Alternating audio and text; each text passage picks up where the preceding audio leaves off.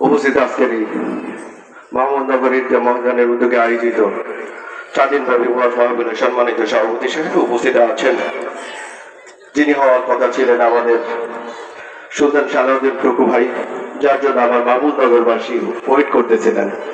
আসলে আমরা একটু আশাহত হয়েছি, মাহমুদনগরবাসী একটু আশাহত হয়েছে যে উনি কাজের কারণে আসতে পারেন নাই। আসলে উনি অনেকজন বড় একজন মানুষ, বড় মাপের মানুষ, ওনার ব্যস্ততা থাকবে সেটাই স্বাভাবিক। তারপরে উপস্থিত আছেন আমার এই মঞ্চভূমিতে আছেন আমাদের এক শ্রদ্ধেয় বড় ভাই, রাজনীতি গুরু শাহরু ভাই, যদিও তার সাথে আমার গত 3 বার এই পর্যন্ত দেখা হলো, এবং বিএনপির বিভিন্ন অঙ্গ সংগঠনের নেতৃবৃন্দ যারা আছেন, সামনে উপস্থিত আছেন আমার এলাকার পিছতল মুরব্বী, ইয়ং জেনারেশন, পর্দার আলের মা বোনেরা যারা আছেন, সবাইকে আমার সালাম, আসসালামু আলাইকুম ওয়া রাহমাতুল্লাহ।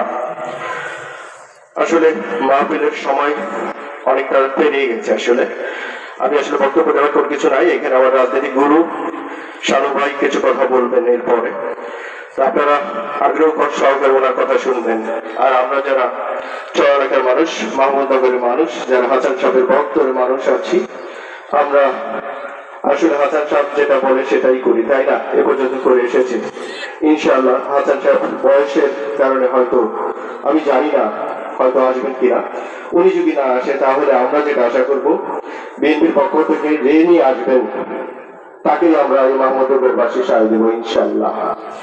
আবার একটা কথা বলি, আসলে আমি কৃতজ্ঞতাই জানাই যে এই সমস্ত আমাদের যদিও বড় ভাই অনেক নেতা আছেন যাদের নাম আমি বললাম না, তারা কষ্ট করে আমার এই মোহাম্মদনগর আসছেন, এই কারণে আমি তাদের প্রতি কৃতজ্ঞতা জানিয়ে আজকের মধ্যে শেষ করছি। আসসালামু আলাইকুম ওয়া রাহমাতুল্লাহ।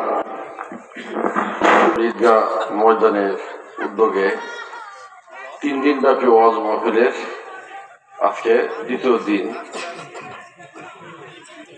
দিন।